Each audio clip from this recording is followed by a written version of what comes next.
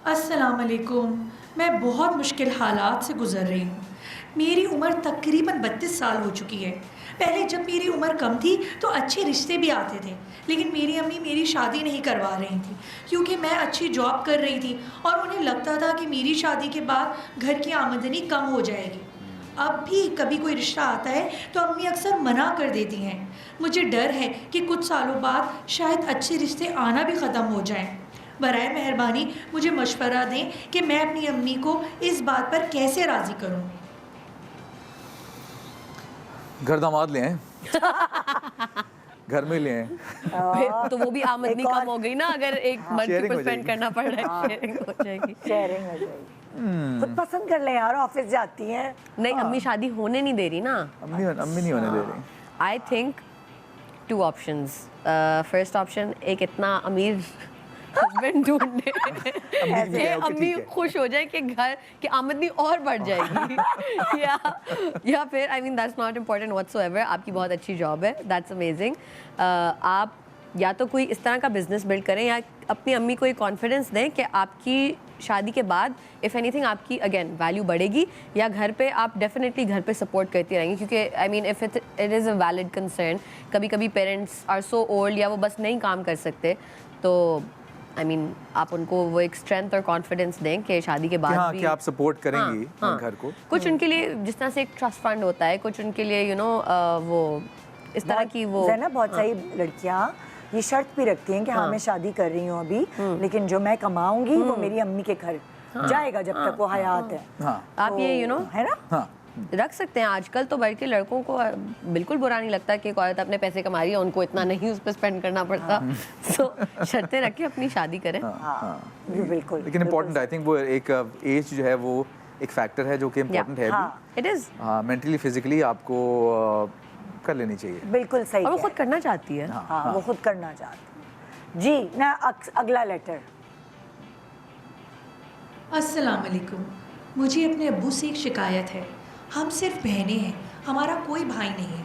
अब्बू अक्सर ये कहते रहते हैं कि काश तुम्हारी जगह बेटा होता तो मैं इसको बाहर भेज देता, मुझे इतनी मेहनत ना करनी पड़ती।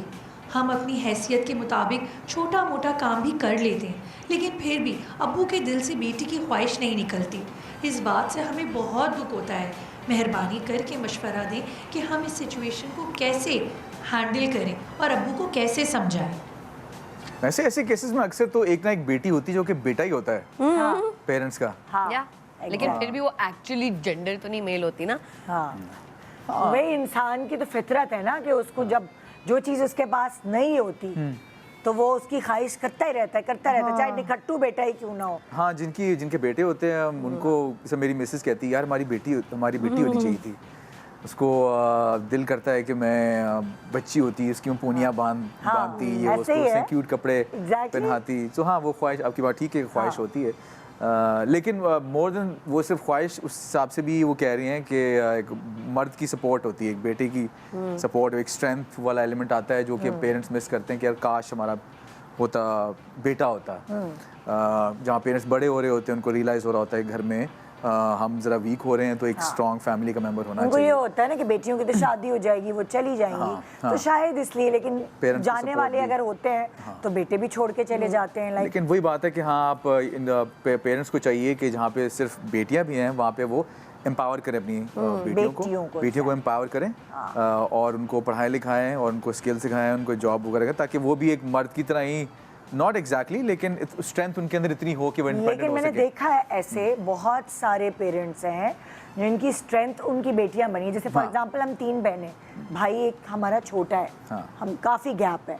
तो लाइक जब मेरी अम्मी बीमार हुई हैं तो हम तीनों ने उनको बेटे की तरह ही सपोर्ट किया है तरीके से। बेटियां ज़्यादा हमें फील ही नहीं होने दिया। ज़्यादा लुक आफ्टर करती हैं बेटियां, स्पेशली उस एज में आके बहुत ज़्यादा वालिदैन को टाइम भी देती हैं और पूछती भी हैं।